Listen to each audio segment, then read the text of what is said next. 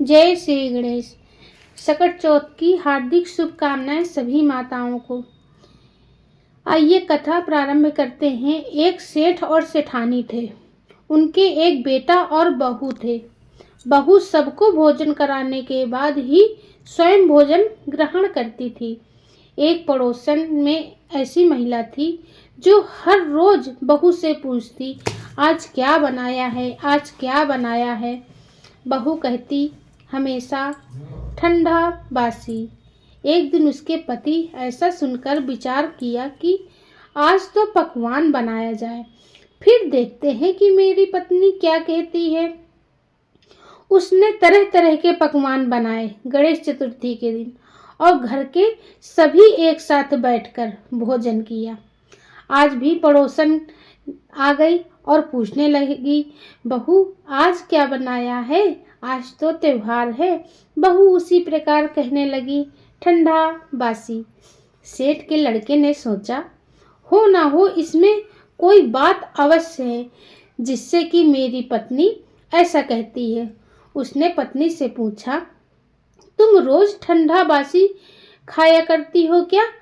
तुम ऐसा हर दिन क्यों कहती हो उस पड़ोसन से, जबकि हम सब लोगों ने एक साथ बैठकर भोजन और पकवान खाए हैं, फिर भी तुमने उससे कहा ठंडा बासी। उसकी पत्नी बोली, अपन लोगों ने जो खाया है वह बाप और बूढ़ों की कमाई है। जिस दिन आप कमाकर लाओगे उस दिन मैं समझूंगी कि हमने ताजा भोजन किया है।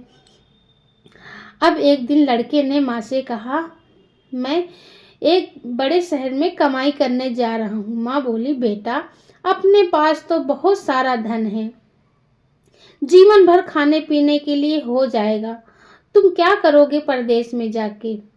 माँ के मना करने के बाद भी बेटे ने स्वयं को कमाने का दृढ़ निश्चय किया और जाते समय पत्नी से कहा, मैं घर जब तक कमाकर बहुत सारा धन लेकर ना आऊं तब तक तुम चूल्हे की आग मत बुझने देना।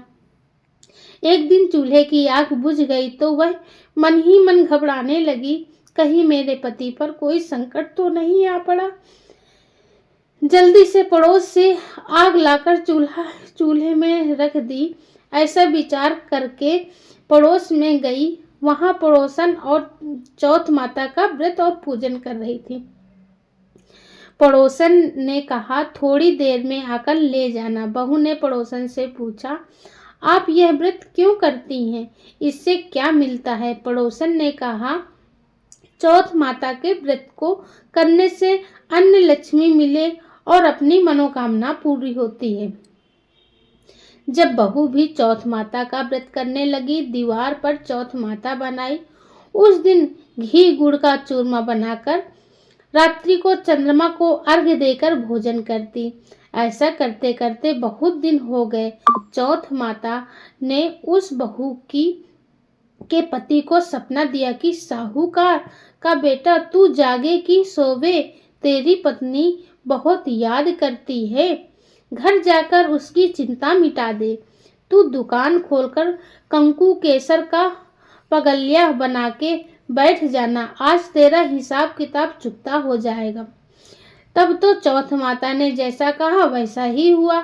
उसने घर जाने की तैयारी कर ली और गाड़ी भर के दौलत घर लेकर चल दिया। रास्ते में एक बड़ा सा काला नाग फन फैलाए बैठ गया था और कहने लगा, आज तो मैं तुझे डस लूंगा, छोड़ूंगा नहीं, आज तेरी आयु पूरी हो गई है। सेठ ने लड़के से कहा, आज चौथ माता ने मुझे सपना दिया है तो मैं अपनी पत्नी से मिलने घर जा रहा हूँ। वहाँ मेरी पत्नी बहुत चिंता कर रही है, मैं उससे मिलकर जरूर आऊँगा, तब तुम मुझे डस लेना। नाग ने कहा, तुम शपथ पूर्वक कहकर जाओ तो मैं तुम्हें जाने दूंगा, परंतु लौट कर नहीं आए तो मैं तुम्हारे घर आकर तुमको डस लूंगा। इस प्रकार सर्प को वचन देकर वह अपने घर पहुंचा।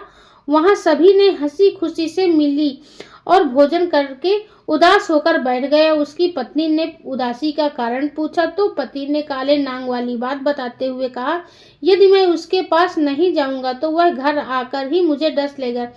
पत्नी बहुत चतुर थी। उसने कहा कि आप घबराओ नहीं, लेट जाओ, मैं एक उपाय करती हूँ। पत्नी ने कमरे की 7 पीढ़ी सिवाड़ धोई। पहली पीढ़ी पर रेत, दूसरी पर इत्र, तीसरी पर गुलाल फूल, चौथी पर कंकु केसर, पांचवी पर लड्डू पेड़ा, छठी पर गादी गलीचा और 7वीं पीढ़ी पर दूध का कटोरा रखकर भर दिया।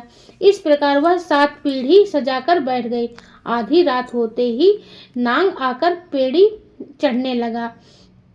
पहली पेड़ी पर रेत में लौट गया और कहने लगा कि सेठ की बहू ने आराम तो बहुत दिया, पर बचनों से बंधकर आया हूं तो डसूंगा तो अवश्य ही मैं।